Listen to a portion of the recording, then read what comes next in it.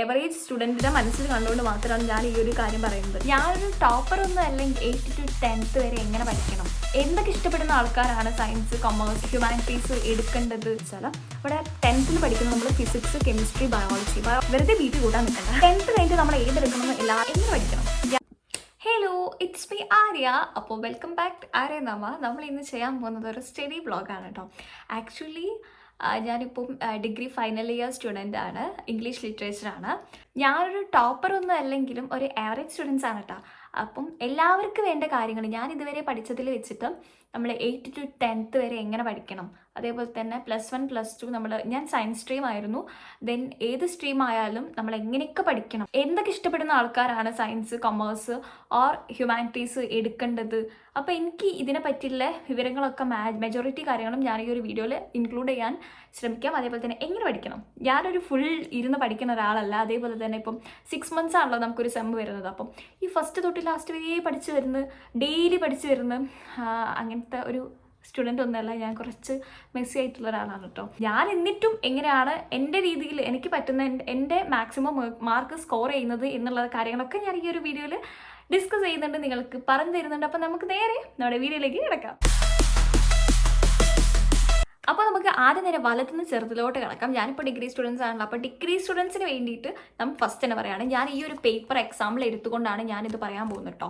ഞാൻ ഇംഗ്ലീഷ് ലിറ്ററേച്ചറാണ്. എൻ്റെ 5th സെമ്മിൽ പഠിക്കാനുള്ള ഒരു പേപ്പറാണ്. എനിക്ക് ലിറ്റററി തിയറി എന്ന് പറഞ്ഞിട്ടില്ല. അപ്പോൾ അക്കോർഡിംഗ് ടു ദിസ് ബുക്ക് ഇതിൽ എന്തൊക്കെയാണ് ഉള്ളതെന്ന് ചോദിച്ചാൽ ഒത്തിരി തിയറീസ് ഉണ്ട്. 10-15ഓളം തിയറീസ് ഉണ്ട്. അപ്പോൾ അതൊക്കെ എങ്ങനെ പഠിക്കണം. ചില ആൾക്കാർക്ക് നോട്ട് എഴുതിയിട്ട് പഠിക്കുന്നതായിരിക്കും ഇഷ്ടം, എന്നാൽ ബാക്കിയുള്ളവർക്ക് ടെക്സ്റ്റ് ബുക്കൊക്കെ വായിച്ചിട്ടൊക്കെ പഠിക്കുന്നതാണ് ഇഷ്ടം. ഞാൻ ആക്ച്വലി എഴുതാനൊക്കെ നല്ല മടിയുള്ള ഒരാളാണ്. പക്ഷേ എനിക്ക് പഠിക്കുന്ന സമയത്ത് ഇപ്പോൾ എഴുതി പഠിച്ചതാണ് എനിക്ക് കൂടുതൽ ഇപ്പം മനസ്സിലാവാൻ തുടങ്ങിയിട്ടില്ല. നമ്മളിപ്പം 10th ക്ലാസ്സിലൊക്കെ പഠിക്കുമ്പോൾ നമ്മൾ കണക്ക് മോസ്റ്റ് ഓഫ് ആൾക്കാർക്കും വലിയ താല്പര്യമില്ലാത്തൊരു സബ്ജക്റ്റ് ആണല്ലോ. അപ്പോൾ ഈ കണക്കൊക്കെ നമ്മുടെ ടീച്ചേഴ്സ് പറയും, കണക്കൊക്കെ എഴുതി പഠിക്കണം, ചെയ്ത് പഠിക്കണം, എന്നാൽ മാത്രമേ റെഡി ആവുള്ളൂ എന്ന് പറയായിരുന്നു. അപ്പോഴൊന്നും ഞാൻ ചെയ്തൊന്നും പഠിക്കില്ല. എന്നിട്ട് ഇപ്പം പക്ഷേ ഞാൻ ഓരോ നോട്ട്സ് കാര്യങ്ങളൊക്കെ എഴുതിയിട്ടാണ് പഠിക്കൽ. അപ്പം പിന്നെ ഞാൻ പഠിക്കലില്ല സത്യം പറഞ്ഞാൽ. എഴുതും, ആ ഓർമ്മ വെച്ച് പോയി എക്സാം എഴുതും. ഞാൻ എക്സ്പെക്ട് ചെയ്യുന്ന മാർക്ക് എനിക്ക് കിട്ടലുണ്ട്. ഇപ്പോൾ ഈ സബ്ജക്ട്സിലും ഔട്ട്സ്റ്റാൻഡിങ് ഒന്നും ഇല്ലെങ്കിലും ഒരു A+A ഗ്രേഡ് ആ ഒരു ലെവലിലെങ്കിലും ഞാൻ എത്താറുണ്ട് കേട്ടോ. അപ്പോൾ എനിക്ക് പറയാനുള്ളത് എന്താണെന്ന് വെച്ചാൽ, നമ്മൾ ടെൻഷൻ അടിച്ചിട്ട് അയ്യോ എൻ്റെ എക്സാം എന്നുള്ള ആ ഒരു രീതിയിൽ ടംബർ ചെയ്തിട്ടൊന്നും പഠിക്കട്ടെ. അങ്ങനെയൊന്നും പഠിച്ചിട്ടൊരു കാര്യമില്ല. നമ്മൾ കൂളായിട്ട് നമ്മളെക്കൊണ്ട് പറ്റുന്നത് എന്തെന്ന് നമ്മൾ ആദ്യം മനസ്സിലാക്കുക. നമ്മുടെ കഴിവ് എത്രത്തോളമാണെന്ന് നമ്മൾ മനസ്സിലാക്കിയിട്ട് ആ ഒരു രീതിയിൽ മാത്രം പഠിച്ചാൽ മതി. വെറുതെ ഇപ്പോൾ നമ്മൾ അയ്യോ എനിക്ക് പഠിക്കാൻ കഴിയില്ലല്ലോ, ഞാൻ ഇത്രയും പഠിച്ചിട്ട് എനിക്ക് ഇത്ര മാർക്കേ കിട്ടുന്നുള്ളൂ, അങ്ങനെയൊന്നും ചിന്തിച്ച് വിഷമിച്ചിരിക്കേണ്ട കാര്യമില്ല. നമ്മുടെ തെറ്റ് എവിടെയാണെന്ന് കണ്ടെത്തുക. നമ്മൾ എങ്ങനെ പഠിക്കാത്തതുകൊണ്ടാണ് നമുക്ക് മാർക്ക് കിട്ടാത്തത്, എന്തൊക്കെയാണ് നമ്മുടെ ഫെയിലേഴ്സ്. നമ്മളിപ്പം എക്സാം ഞാൻ നന്നായിട്ട് എഴുതുന്നുണ്ട്, നന്നായിട്ട് ഇരുന്ന് പഠിക്കുന്നുണ്ട്, പക്ഷെ ഞാൻ വിചാരിച്ച മാർക്ക് കിട്ടുന്നില്ല. എന്തുകൊണ്ടാണ് എനിക്ക് അങ്ങനെ കിട്ടാത്തത് എന്നൊക്കെ നമ്മൾ ചിന്തിക്കുന്ന ആൾക്കാരായിരിക്കും. അപ്പോൾ ചിലപ്പം നമ്മൾ പഠിക്കുന്നതിന് മിസ്റ്റേക്ക് ആയിരിക്കും, എന്നാൽ ചിലപ്പോൾ നമ്മൾ പരീക്ഷ അറ്റൻഡ് ചെയ്യുന്നതിൻ്റെ മിസ്റ്റേക്ക് ആയിരിക്കും. ഇത് രണ്ടും അല്ലെങ്കിൽ നമ്മൾ അതും ആലോചിച്ച് ടെൻഷൻ അടിക്കുന്നതുകൊണ്ട് നമ്മൾ ടെൻഷൻ അടിച്ചു കഴിഞ്ഞാൽ നമുക്കൊന്നും ഓർമ്മ ഉണ്ടാവില്ല എന്ന് പറയുന്നത് അത് സത്യമാണ്. നമ്മൾ ടെൻഷൻ അടിച്ചു കഴിഞ്ഞാൽ ഒന്നും ഓർമ്മ ഉണ്ടാവില്ല. നമ്മൾ പഠിച്ചത് ചിലപ്പോൾ പരീക്ഷ എഴുതാൻ പോകുന്ന സബ്ജക്റ്റ് വരെ നമ്മളോട് വിട്ടുപോകാൻ ചാൻസ് ഉണ്ട്. അപ്പം എന്തൊക്കെ ടിപ്സ് ട്രിക്സ് ഞാൻ യൂസ് ചെയ്യുന്നത് ഒക്കെ ഞാൻ പറഞ്ഞു തരാം. വീഡിയോ മുഴുവനായിട്ട് കാണാം, ഉറപ്പായിട്ടും നിങ്ങൾക്ക് ഹെൽപ്ഫുൾ ആവും കേട്ടോ. അപ്പം ഞാൻ ഈ ഒരു ടെക്സ്റ്റ് ബുക്ക് എക്സാമ്പിൾ വെച്ചിട്ടാണ് ഞാൻ പറയാൻ പോകുന്നത്. ഇതെൻ്റെ ലിറ്റററി തിയറി എന്ന് പറഞ്ഞിട്ടുള്ള ഒരു ബുക്കാണ് കേട്ടോ. അപ്പോൾ ഇതിൽ ഞങ്ങൾക്ക് വന്നിട്ടുണ്ടായിരുന്നത് ടോട്ടൽ 5 മൊഡ്യൂൾസാണ്.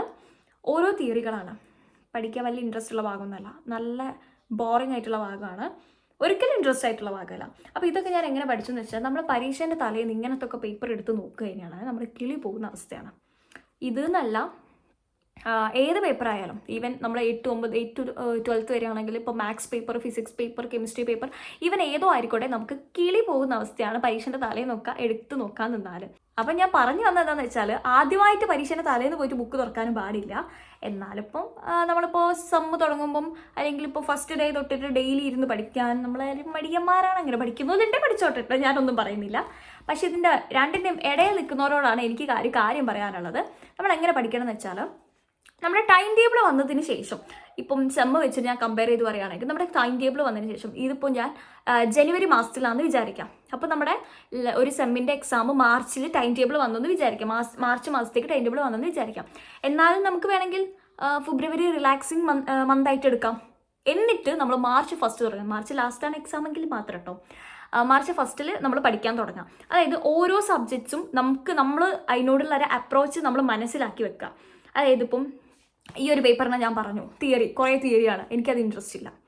ആ സ്ഥാനത്ത് എനിക്ക് വേറൊരു പേപ്പർ ഉണ്ട്, അതെനിക്ക് കുറച്ചുകൂടി ഈസിയാണ്. ഒരു സയൻസ് ബേസ്ഡ് ആയിട്ടുള്ള ഒരു സബ്ജക്റ്റ് ആണെങ്കിൽ എനിക്ക് കുറച്ചുകൂടി ഈസിയാണ്. വേറൊരു സബ്ജക്റ്റ് ഉണ്ട്, അതിങ്ങനെ കുറച്ച് വരയ്ക്കാനും പിന്നെ മാർക്ക് ചെയ്യാനും കാര്യങ്ങളൊക്കെയാണ് നമുക്ക് കുറച്ചുകൂടി ഇൻട്രസ്റ്റ് ഉള്ള ഭാഗമായിരിക്കും. കുറച്ചുകൂടി ക്രിയേറ്റീവും മെമ്മറി ഒക്കെ വെച്ചിട്ട് എഴുതുന്ന ഒരു സബ്ജക്റ്റാണ് ഞാൻ പറയുന്നത്. എന്ന് വെച്ചാൽ നമ്മൾ ഒരു കാര്യം ഓർത്ത് വെക്കുക, അതിനെപ്പറ്റി പോയി പരീക്ഷ എഴുതുക, പിന്നെ നമ്മൾ വിട്ട്.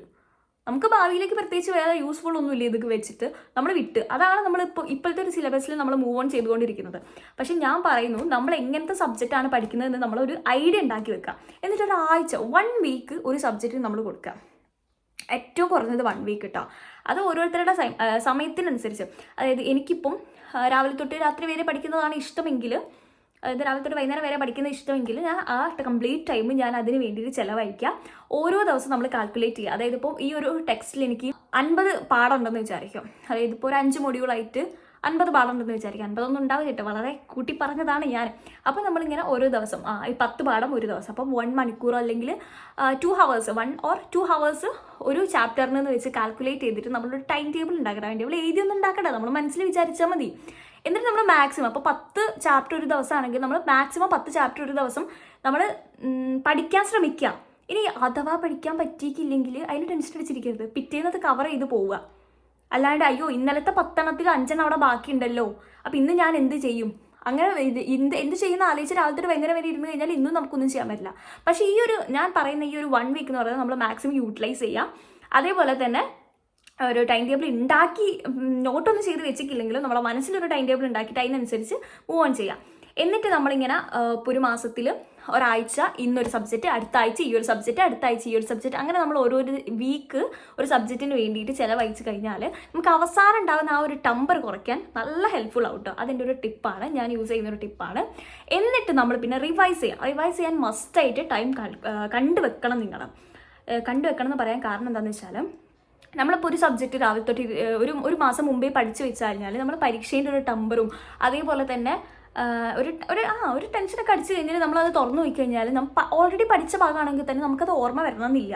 കാരണം എന്താണെന്ന് വെച്ചാൽ നമ്മൾ ഫുൾ ടെൻഷനിലായിരിക്കും, അയ്യോ ഇത്രയും ചാപ്റ്റർ ഉണ്ടല്ലോ, ഒരു ചെറിയ ഭാഗം മാത്രമായിരിക്കും നമുക്ക് ഓർമ്മ വരാത്തത്. പക്ഷെ അതിൻ്റെ ഒരു ടെൻഷനിൽ നമുക്ക് ആ ഒരു വോൾ ചാപ്റ്റർ അല്ലെങ്കിൽ വോൾ ടെക്സ്റ്റ് ഫുള്ള് നമ്മൾ ഫോർഗോട്ട് ചെയ്യാണ് ചെയ്യുന്നത് കേട്ടോ. അപ്പോൾ ഞാൻ പറയാൻ കാരണം നമ്മൾ റിവൈസ് ചെയ്യാനും ടൈം കാൽക്കുലേറ്റ് ചെയ്തിരിക്കണം. നമ്മുടെ പരീക്ഷേൻ്റെ ഏറ്റവും കുറഞ്ഞത് തലേ ദിവസമെങ്കിലും, 2 ദിവസം 3 ദിവസം എടുക്കുന്നത് നല്ലതാണ്. പക്ഷെ തലേ ദിവസമെങ്കിലും നമ്മളങ്ങനെ പഠിക്കാം. നമ്മുടെ സ്റ്റഡി ലീവ് ഒക്കെ ഉണ്ടാവുമല്ലോ, അപ്പോൾ അന്ന് മാത്രം ഇരുന്നായിട്ട് പഠിക്കാം. അതുവരെ നമ്മളൊന്ന് മനസ്സിലാക്കി വെക്കുകയോ നോട്ട്സ് എഴുതി വെക്കുകയോ ഒക്കെ ചെയ്താൽ മതി. പക്ഷെ പരീക്ഷേൻ്റെ ആ ഒരു 2 ദിവസം നമ്മൾ ഇരുന്നായിട്ട് പഠിക്കുക. അതിൻ്റെ സെക്കൻഡ് ടിപ്പാണ് ഞാൻ പറയാൻ പോകുന്നത്. പിന്നെ നമ്മൾ പറഞ്ഞത് വേറൊരാൾക്ക് പഠിപ്പിച്ചു കൊടുത്താൽ നമ്മുടെ മനസ്സിലേക്ക് ഒന്നും കൂടി ആയിന്നിറങ്ങുമെന്ന് ഞാൻ കേട്ടിട്ടുണ്ട്. ഞാനങ്ങനെ ചെയ്യുന്ന ഒരാളാണ്, എനിക്ക് ഭയങ്കര ഇഷ്ടമാണ്. ഞാൻ പഠിച്ച കാര്യങ്ങൾ എനിക്ക് ഷെയർ ചെയ്യാൻ വേണ്ടിയിട്ട് ഞാനങ്ങനെ ചെയ്യുന്ന ആളാണ്. അത് പിന്നെ എനിക്ക് ഫീൽ ചെയ്തിട്ടുണ്ട്, എനിക്കും കുറച്ചും കൂടി യൂസ്ഫുൾ ആണ്. നമ്മൾ ഒരാൾക്ക് പറഞ്ഞു കൊടുക്കുമ്പോൾ ആൾക്കറിയാത്ത കാര്യങ്ങൾ ആൾക്ക് കിട്ടുകയും ചെയ്യും. അതേപോലെ തന്നെ നമുക്കറിയുന്ന കാര്യങ്ങൾ നമ്മുടെ മൈൻഡിൽ ഒന്നും കൂടി ഒന്ന് ഉറപ്പിക്കാനും അത് സഹായിക്കുന്നു. എനിക്ക് പേഴ്സണലി ഫീൽ ചെയ്തിട്ടുള്ളൊരു കാര്യമാണ്. അപ്പോൾ അങ്ങനെ ഒരാളുണ്ടെങ്കിൽ ആ ഒരു സംഭവം നമ്മൾ ഉറപ്പായിട്ടും യൂട്ടിലൈസ് ചെയ്യുക. You can win. നല്ലൊരു മാർക്ക് ഉണ്ടാവും അത് വെച്ചിട്ടിട്ടോ, അതൊക്കെ പരീക്ഷയ്ക്ക് ചോദിച്ചാൽ. പിന്നെ അടുത്ത കാര്യം ഞാൻ പറയാൻ വരുന്നത് എന്താണെന്ന് വെച്ചാൽ, ടെക്സ്റ്റുകളൊക്കെ നമ്മൾ അനലൈസ് ചെയ്തിട്ട് അതിൽ വരാൻ ചാൻസ് ഉള്ള ക്വസ്റ്റ്യൻസ് നമ്മൾ മനസ്സിലാക്കാൻ പഠിക്കണം. അത് അധികം ആൾക്കാർക്കും കഴിയാത്തൊരു കാര്യമാണ്. അതായത് ഇപ്പോൾ ഒരു ടെസ്റ്റ് ചോദിച്ചു കഴിഞ്ഞാൽ നമുക്കിപ്പം 2 മാർക്ക് 5 മാർക്ക് 10 മാർക്കാണ് എക്സാമിന് ക്വസ്റ്റ്യൻ പാറ്റേൺ എന്ന് വിചാരിക്കാം. എനിക്ക് ഓർമ്മയില്ല, ഹയർ സെക്കൻഡറി ഹൈസ്കൂളൊക്കെ ഇങ്ങനെ ആയിരുന്നു എന്ന് ഓർമ്മയില്ല. എനിക്ക് ഡിഗ്രിയിൽ ഇങ്ങനെയാണെന്ന് അറിയാം, അല്ലാണ്ട് അതിന് മുമ്പ് എങ്ങനെയായിരുന്നു എനിക്ക് സത്യം പറയാൻ എനിക്ക് ഓർമ്മയില്ല. പക്ഷെ ഇത് വെച്ച് ഞാൻ പറഞ്ഞുതരാം. അപ്പോൾ നമ്മളൊരു ക്വസ്റ്റ്യൻ കണ്ടു കഴിഞ്ഞാൽ നമുക്ക് മനസ്സിലാവില്ല ഇത് 2 മാർക്സിനെ ചോദിക്കാൻ ചാൻസ് ഉള്ളൂ. അപ്പോൾ 2 മാർക്സിനുള്ളത് പഠിച്ചാൽ മതി. വെറുതെ നമ്മൾ ആവശ്യമില്ലാണ്ട് എക്സാമിന് വേണ്ടിയിട്ട് നമ്മൾ ആവശ്യമില്ലാണ്ട് പഠിക്കേണ്ട ആവശ്യമില്ല കേട്ടോ. പിന്നെ 5 മാർക്കിനുള്ളത് 10 മാർക്കിനുള്ള, പിന്നെ 10 മാർക്കിനൊക്കെ എക്സാം എഴുതുമ്പം നമ്മൾ അതിൻ്റെ ഒരു പാറ്റേൺ അത് ഉറപ്പായിട്ടും നമ്മളത് ഫോളോ ചെയ്യണം. ഉറപ്പായിട്ടും ഫോളോ ചെയ്യണമെന്ന് വെച്ചാൽ മാത്രമേ നമുക്ക് അതിൽ ഫുള്ളില്ലെങ്കിൽ നമുക്ക് മാക്സിമം മാർക്കെങ്കിലും സ്കോർ ചെയ്യാൻ പറ്റണമെങ്കിൽ അതിൻ്റെ പാറ്റേൺ, അതേപോലെ തന്നെ അതിൽ ഇപ്പോൾ സബ് പോയിൻ്റ് ആയിട്ട് പോയിൻറ്റ്സ് ഉണ്ടെങ്കിൽ അത് എടുത്ത് എഴുതണം. അത് പേപ്പർ നോക്കുന്ന ആളുടെ ശ്രദ്ധയിൽ പെടുന്ന രീതിയിൽ വേണം നമ്മൾ അത് എഴുതി വെക്കാൻ വേണ്ടിയിട്ട് കേട്ടോ. പിന്നെ നീറ്റും ക്ലിയർനെസ്സും ഒക്കെ വേണം. പിന്നെ ഇപ്പം എന്താ പറയാനുള്ളത്, അപ്പോൾ ഇത്രയും കാര്യങ്ങളൊക്കെയാണ് നമ്മളിപ്പോൾ ഒരു UG ലെവലൊക്കെ നമ്മൾ മനസ്സിലാക്കേണ്ട കാര്യം. ഇനിയിപ്പോൾ അതാ FIUGP വരികയാണ്. അപ്പോൾ ഇതിൽ ക്വസ്റ്റ്യൻ പാറ്റേൺ കാര്യങ്ങളൊക്കെ ഞാൻ പറഞ്ഞതിൽ കുറച്ച് ഡിഫറൻസ് ഉണ്ടാകും. പക്ഷേ പഠിക്കേണ്ട രീതി ഇതൊക്കെ തന്നെ ആയിരിക്കാം. ഞാൻ ഫോളോ ചെയ്യുന്ന രീതിയാണ്, എനിക്ക് ബെറ്റർ ആയിട്ട് എന്ന് തോന്നുന്ന രീതിയാണ് ഞാൻ കൂടി സജസ്റ്റ് ചെയ്യാണ്. അത് തന്നെ ചെയ്യാൻ പാടുള്ളൂ എന്ന് പറയല്ല കേട്ടോ. ആക്ച്വലി ആസ് യുവർ വിഷാണ്, നിങ്ങൾക്ക് ഇഷ്ടമുള്ള രീതിയിൽ പഠിക്കാം. നിങ്ങളുടെ രീതി ഈസ് ബെസ്റ്റ് ആണെങ്കിൽ യു ക്യാൻ. പക്ഷെ ഞാനൊരു എവറേജ് സ്റ്റുഡൻറ്റിൻ്റെ മനസ്സിൽ കണ്ടുകൊണ്ട് മാത്രമാണ് ഞാൻ ഈ ഒരു കാര്യം പറയുന്നത് കേട്ടോ. ആ ഒരു രീതിയിൽ മാത്രമേ ഇതെടുക്കുക. ഇനി നമുക്ക് 8, 10 ഞാൻ പറഞ്ഞുതരാം. 8, 9, 10 എന്ന് പറയുമ്പം 7ാം ക്ലാസ് വരെ നമ്മൾ കളിച്ച്, എൻ്റെ കഥയാണെങ്കിൽ ഞാൻ കളിച്ച് പഠിക്കാണ്ട് നടന്നൊരു ടൈമാണ് കേട്ടോ. 8ാം ക്ലാസ് 8, 9, 10 എത്തിപ്പാണെങ്കിൽ നമ്മളൊന്ന് പഠിക്കണം. ഇനിയിപ്പോൾ 10ാം ക്ലാസ് അയ്യോ എൻ്റെ 10ാം ക്ലാസ്സിൻ്റെ മാർക്ക് അങ്ങനെയൊക്കെ നമ്മൾ ചിന്തിക്കാൻ പോകുന്ന ഒരു കാര്യം. പക്ഷേ 8ാം ക്ലാസ്സിന് ഞാൻ 7 വരെ മലയാളം മീഡിയം പഠിച്ചും കണ്ട് ഇംഗ്ലീഷ് മീഡിയം പഠിച്ചും കണ്ട് ഞാൻ 7ാം ക്ലാസ്സിൽ നിന്ന് മലയാളം മീഡിയത്തേക്ക് ചാടി. ഞാൻ സ്റ്റേറ്റ് തരുന്നത് കേട്ടോ. ഞാൻ ഇങ്ങനെ ഒരു രീതിയിൽ നിങ്ങൾക്ക് പറഞ്ഞു തരുന്നത് പെട്ടെന്ന് മനസ്സിലായിക്കോട്ടെ എന്നുള്ള രീതിയിലാണ് കേട്ടോ. അപ്പം ഞാൻ ഈ മലയാളം മീഡിയത്തിലേക്ക് ചാടിയതും എനിക്ക് ഇംഗ്ലീഷും ഇല്ല മലയാളം ഇല്ലാത്ത പറഞ്ഞൊരവസ്ഥയാണിപ്പോയി. പിന്നെ ഞാൻ എങ്ങനെയൊക്കെയോ ആണ് 8ാം ക്ലാസ്സൊക്കെ പിടിച്ച് കയറിയത്. 9ാം ക്ലാസ്സും അതേപോലെ തന്നെ. അപ്പം ഞാൻ മനസ്സിലാക്കിയ ഒരു കാര്യം എന്താണെന്ന് വെച്ചാൽ, അവിടെ 10th പഠിക്കുന്ന നമ്മൾ ഫിസിക്സ്, കെമിസ്ട്രി, ബയോളജി ഈസ് ഒരു സിമ്പിൾ ആയിട്ടുള്ളൊരു സബ്ജക്റ്റാണ്. അതിനെക്കാട്ടി കുറച്ചും കൂടി നമ്മൾ ശ്രദ്ധിക്കേണ്ട ഒരു സബ്ജക്റ്റാണ് ഫിസിക്സും കെമിസ്ട്രിയും. അപ്പോൾ ഈ ഫിസിക്സ്, കെമിസ്ട്രി, ബയോളജീൻ്റെ ഒരു ബേസ് കിട്ടണമെങ്കിൽ നമ്മൾ 8ാം ക്ലാസ് 9ാം ക്ലാസ് ഒന്ന് നന്നായിട്ടൊന്ന് സ്റ്റഡി ചെയ്യാം. എന്നാലേ നമുക്ക് അതിനൊരു ഐഡിയ കിട്ടുള്ളൂ. അത് 9ാം ക്ലാസ് നല്ലോണം ഒന്ന് നോക്കിയാൽ മാത്രമേ നമുക്ക് ഫിസിക്സും കെമിസ്ട്രിയും കുറച്ചും കൂടി ഒരു ഐഡിയ കിട്ടും. കെമിസ്ട്രി കുറച്ച് കൂടുതലായിട്ട് കേട്ടോ. ഫിസിക്സും 9ാം ക്ലാസ്സിലെ ഫിസിക്സും 10ാം ക്ലാസ്സിലെ ഫിസിക്സും ആയിട്ട് വലിയൊരു ബന്ധമല്ല. എന്താ പറയുക, ഇപ്പോൾ 9ാം ക്ലാസ്സിൽ മര്യാദയ്ക്ക് പഠിക്കാണ്ട് പോയ ഒരാളാണെങ്കിൽ കൂടിയിട്ട് 10ാം ക്ലാസ്സിൽ അവർക്ക് അത് കവർ ചെയ്ത് പോകാൻ പറ്റുന്നതേ ഉള്ളൂ. പക്ഷേ 9ാം ക്ലാസ്സിലെ കെമിസ്ട്രിയും 10ാം ക്ലാസ്സിലെ കെമിസ്ട്രിയും തമ്മിൽ കുറച്ചൊരു ബന്ധമുണ്ട്. അപ്പോൾ 9ാം ക്ലാസ്സിൽ നിന്ന് കെമിസ്ട്രി അത്യാവശ്യം ഒരു ബേസ് കിട്ടിയാൽ മാത്രമേ 10ാം ക്ലാസ്സിൽ നമുക്ക് ട്രാക്കിലേക്ക് കയറാൻ പറ്റുള്ളൂ. പിന്നെ നമുക്ക് പറഞ്ഞു തരാനുള്ളൊരു കാര്യമാണ്, ഇപ്പോഴൊക്കെ ആരെങ്കിലും 10ാം ക്ലാസ് എഴുതുന്നുണ്ടെങ്കിൽ ഞാനൊരു ചേച്ചി എന്ന രീതിയിൽ എനിക്ക് പറഞ്ഞു തരാനുള്ളൊരു കാര്യം എന്താണെന്ന് വെച്ചാൽ, എല്ലാവരും പറയും 10ാം ക്ലാസ്സാണ്, അയ്യോ എല്ലാവരും മാർക്ക് ചോദിക്കും, പേടിയാവുന്നു. എന്നോട് പേഴ്സണലി എൻ്റെ ഒരു ഫ്രണ്ട് വന്ന് പറഞ്ഞിട്ടുണ്ട്, ചേച്ചി പേടിയാവുന്നു 10ാം ക്ലാസ്, ഞാൻ എന്താ ചെയ്യാന്നൊക്കെ ഉള്ള രീതിയിൽ എന്നോട് പറഞ്ഞിട്ടുണ്ട്. അപ്പം ഞാൻ അവർക്ക് കൊടുക്കുന്ന രീതിയിൽ ഞാൻ നിങ്ങളോടും കൂടി അഡ്വൈസ് തരികയാണ്. 10ാം ക്ലാസ് എന്ന് വെച്ചാൽ ഒന്നുമല്ല, 10 +1 ഡിഗ്രി ഒന്നുമല്ല. നമ്മുടെ ലൈഫിൽ നമ്മൾ എന്തെങ്കിലുമൊക്കെ ആവണം എന്ന് വിചാരിച്ചാലും അതിന് നമുക്കൊരു വിധി എന്ന് പറയാൻ പറ്റില്ല. നമ്മളതിന് ട്രൈ ചെയ്താൽ മാത്രമേ നമുക്കത് കിട്ടുള്ളൂ. പക്ഷെ അതിൽ ഈ 10 +2 എന്നൊന്നും മാർക്ക് അതിനൊരു കാരണമേ അല്ല എന്നാണ് ഞാൻ വിശ്വസിക്കുന്നത് കേട്ടോ. ഞാൻ ഇപ്പോഴും വിശ്വസിക്കുന്ന ഒരു കാര്യം അതാണ്. അപ്പോൾ അതൊന്ന് വിചാരിച്ച് ആരും ടെൻഷൻ അടിക്കുകയും വേറെ എന്തെങ്കിലും എന്താ പറയുക വെറുതെ BP കൂട്ടാൻ നിൽക്കണ്ട. അത്രേ എനിക്ക് പറയാനുള്ളൂ. നമ്മുടെ മാക്സിമം മാത്രം നമ്മൾ നോക്കുക. വേറെ ഒന്നും ചിന്തിക്കേണ്ട, വേറെ ആരെ പറ്റിയും ചിന്തിക്കേണ്ട, നാട്ടുകാരെ പറ്റിയും വീട്ടുകാരെ പറ്റിയും ചിന്തിക്കേണ്ട. നമുക്ക് മാക്സിമം പറ്റുന്ന രീതിയിൽ നമ്മൾ സ്കോർ ചെയ്യുക. പക്ഷെ ഉഴപ്പി നടക്കരുത്. നമുക്ക് കഴിവുണ്ടായിട്ട് നമ്മളത് മര്യാദയ്ക്ക് യൂട്ടിലൈസ് ചെയ്യാതിരിക്കരുത് എന്നുള്ളൊരു റിക്വസ്റ്റും കൂടി ഞാനിത് പറയാനുള്ളൂ. പിന്നെ ഞാൻ പറഞ്ഞില്ലേ 8ാം ക്ലാസ്സും 9ാം ക്ലാസ്സും 10ാം ക്ലാസ്സും. ഈ 10ാം ക്ലാസ്സിൽ പഠിക്കാനുള്ളൊരു ടിപ്പ് എന്താണെന്ന് വെച്ചാൽ, 10ാം ക്ലാസ് പിന്നെ പ്രത്യേകിച്ച് ടിപ്പൊന്നും പറയേണ്ട കാര്യമില്ല. 10ാം ക്ലാസ് എന്ന് പറയുമ്പം എപ്പോഴും നമ്മൾ ഒരേ കാര്യം തന്നെ പിന്നെയും റിപ്പീറ്റ് അടിച്ച് കേൾക്കുക. Night class, evening class, morning class, കുറച്ച് സിലബസും ഉണ്ട്. എന്നാൽ നമുക്ക് ഒത്തിരി ടൈമും ഉള്ളൊരു ഇയറാണ് നമ്മുടെ 10ാം ക്ലാസ് എന്ന് വെച്ചാൽ. ഭയങ്കര ഇൻട്രസ്റ്റിലായിരിക്കും 10ാം ക്ലാസ്സിലെ കുട്ടികളൊക്കെ പഠിക്കുന്നതാണ് ഞാൻ വിശ്വസിക്കുന്നത് കേട്ടോ. എനിക്ക് അറിഞ്ഞുകൂടാ ഇപ്പോഴത്തെ കുട്ടികളുടെ കേട്ടോ. പക്ഷേ നല്ല ഇൻട്രസ്റ്റിൽ പഠിക്കാൻ പറ്റിയൊരു ഇയറാണ് 10ാം ക്ലാസ് കേട്ടോ. അങ്ങനെ പിന്നെ നമുക്ക് എല്ലാം ഇങ്ങനെ റിപ്പീറ്റേഷൻ വരുന്നതുകൊണ്ട് നമുക്ക് കുറച്ചുകൂടി പഠിക്കാൻ കഴിയും. അതായത് ഇപ്പോൾ ഓണപ്പരീക്ഷ കഴിഞ്ഞു, പിന്നെ ക്രിസ്മസ് പരീക്ഷ കഴിഞ്ഞു, പിന്നെയും നമ്മൾ ഫസ്റ്റ് തൊട്ട് തന്നെ റിവൈസ് ചെയ്യാൻ തുടങ്ങും. അപ്പോൾ എല്ലാവർക്കും മറന്നുപോയ കാര്യങ്ങളൊക്കെ പിന്നെയും കിട്ടും. അപ്പോൾ എല്ലാവർക്കും കൂടി ഒന്നുകൂടി മനസ്സിലാകും. പിന്നെ ഫൈനൽ എക്സാം എഴുതുക.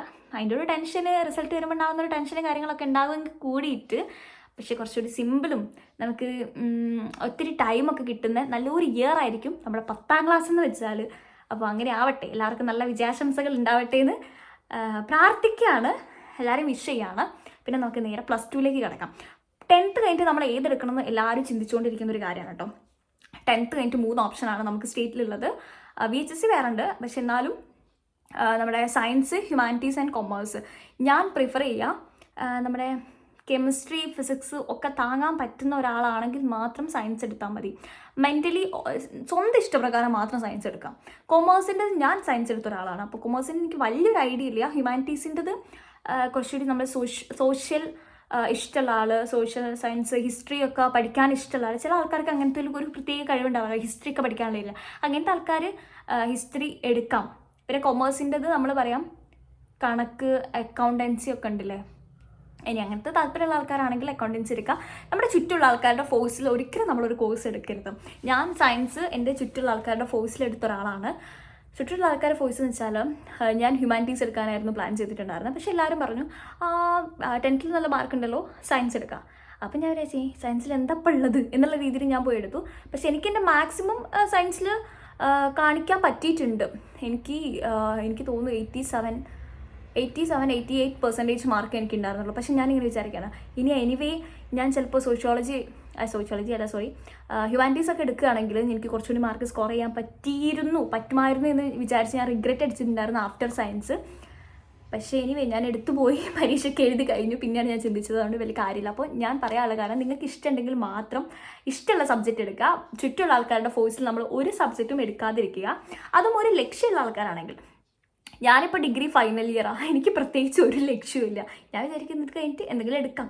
ലക്ഷ്യങ്ങളൊക്കെ ഉണ്ട്, പക്ഷെ നടക്കുമെന്ന് എനിക്കറിയില്ല. ഞാൻ ട്രൈ ചെയ്യും ഉറപ്പായിട്ടും. പക്ഷെ എന്നാലും ഇന്ന രീതിയിൽ ഞാൻ പോകുള്ളൂ എന്നുള്ള രീതിയിൽ ഒരു ഡിസിഷൻ ഒന്നും ഞാൻ കംപ്ലീറ്റ് ആയിട്ട് എടുത്തു വെച്ചിട്ടില്ല. അപ്പം അതുകൊണ്ട് എനിക്കൊന്നും പറയാൻ പറ്റില്ല. നമ്മൾ 10th ക്ലാസ്സൊന്നും നമ്മൾ എന്തായി തീരണം എന്നൊന്നും ഒരു ഐഡിയയും ഒരു സ്റ്റുഡൻറ്റിന് ഉണ്ടായിരിക്കില്ല എന്നാണ് ഞാൻ മനസ്സിലാക്കുന്നത് കേട്ടോ. അങ്ങനെ ഉള്ള ആൾക്കാരും ഉണ്ടാവും കേട്ടോ. എനിക്ക് ഇന്നതാവണമെന്ന് ലൈഫിൽ അത്രയും ആഗ്രഹമുള്ള ആൾക്കാരും ഉണ്ടാവും. അങ്ങനെ ആഗ്രഹം ഉണ്ടെങ്കിൽ അതിൻ്റെ പുറകെ തന്നെ പോവുക. Try again.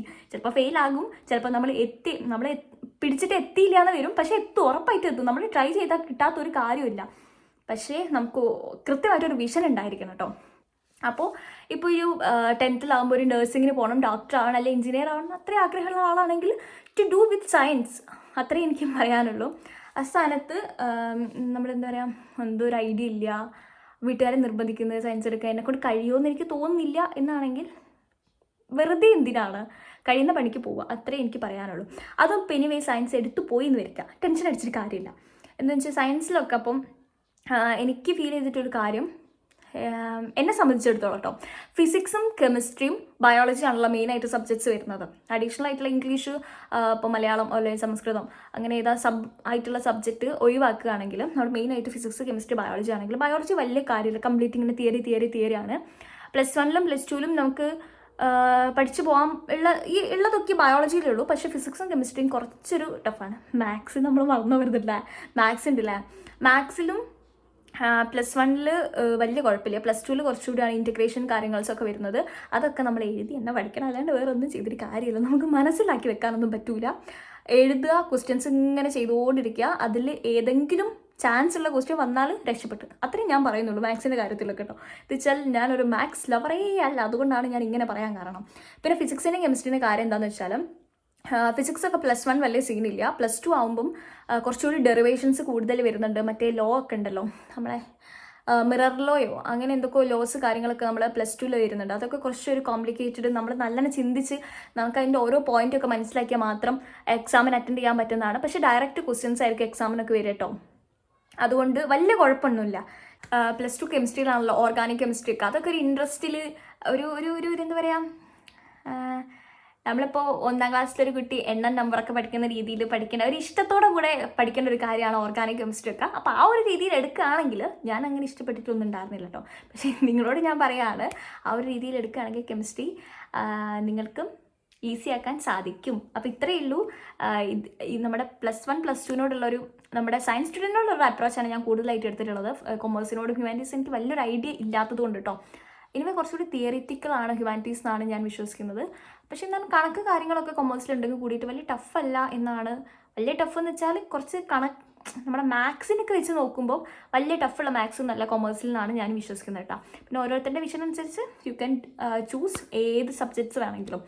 അപ്പം നമ്മുടെ ഡിഗ്രിയിൽ എങ്ങനെ പഠിക്കണം എന്നുള്ള കാര്യങ്ങളൊക്കെ പറഞ്ഞു. ഇതിൽ ഞാൻ കംപ്ലീറ്റ് ആയിട്ട് എൻ്റെ സ്റ്റഡി വ്ളോഗില്ല, ഞാൻ കുറച്ച് ടിപ്സ് ആൻഡ് ട്രിക്സ് മാത്രമേ പറയുന്നുള്ളൂ. അപ്പം ഈ വീഡിയോ ഇത്രയേ ഉള്ളൂ. നിങ്ങളുടെ സജഷൻസ് അനുസരിച്ച്, നിങ്ങളുടെ അഭിപ്രായങ്ങളുടെ അനുസരിച്ച് മാത്രം ഞാൻ സ്റ്റഡി വ്ളോഗ് കാര്യങ്ങൾ ഇടുന്നതാണ്.